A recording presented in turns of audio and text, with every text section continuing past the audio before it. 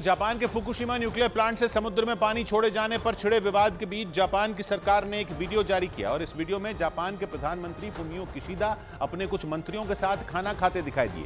दावा किया गया कि वो सी फूड खा रहे थे और ये वीडियो चीन को जवाब देने के लिए जारी किया गया, क्योंकि फुकुशिमा न्यूक्लियर प्लांट से पानी समुद्र के जिस हिस्से में छोड़ा जा रहा है वहां का पानी दूषित होने का दावा किया जा रहा है। लेकिन जापान ये नहीं मान रहा कि पानी छोड़े जाने से समुद्र का पानी दूषित हो रहा है। जापान के पीएम फुमियो किशिदा ने जो खाना खाया वो समुद्र के उसी हिस्से से निकाले गए समुद्री जीवों से तैयार किए जाने का दावा किया गया। मतलब ये साबित करने की कोशिश की गई कि न्यूक्लियर प्लांट से छोड़ा जा रहा पानी रेडियो एक्टिव नहीं है और उसका समुद्री जीवों पर कोई असर नहीं हो रहा। जब से न्यूक्लियर प्लांट का पानी समुद्र में छोड़े जाने का फैसला हुआ है, दक्षिण कोरिया, चीन और उत्तर कोरिया में इस मुद्दे पर बवाल बचा हुआ है।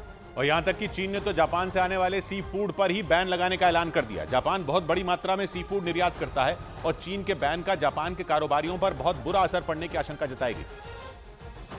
लेकिन इससे बेपरवाह चीन ने जापान से सी फूड के इंपोर्ट पर पूरी तरह बैन लगा दिया। सी फूड में जहर घुलने की आशंका के कारण ही चीन में हिंसा तक भड़क चुकी है। जापान के दूतावास और जापान की सरकार के स्कूलों पर पथराव तक की घटनाएं हो चुकी हैं। इसीलिए जापान ने चीन के फैसले का कड़ा विरोध जताया और चीन पर भ्रम फैलाने का आरोप लगा दिया। यहां तक कि बैन के फैसले को WTO यानी वर्ल्ड ट्रेड ऑर्गेनाइजेशन के सामने ले जाने का दावा कर दिया। वर्ल्ड ट्रेड ऑर्गेनाइजेशन ये सुनिश्चित करने का काम करती है कि हर देश को व्यापार में अंतर्राष्ट्रीय कानूनों के हिसाब से बराबरी का मौका मिले। जापान का WTO के सामने पहुंचने का दावा इसलिए भी अहम है कि चीन जैसे बैन के फैसले पर कुछ और देश भी विचार कर रहे हैं। उधर जापान के फुकुशिमा पावर प्लांट का दूषित पानी समंदर में छोड़े जाने के खिलाफ दक्षिण कोरिया में लोगों का गुस्सा भड़क गया।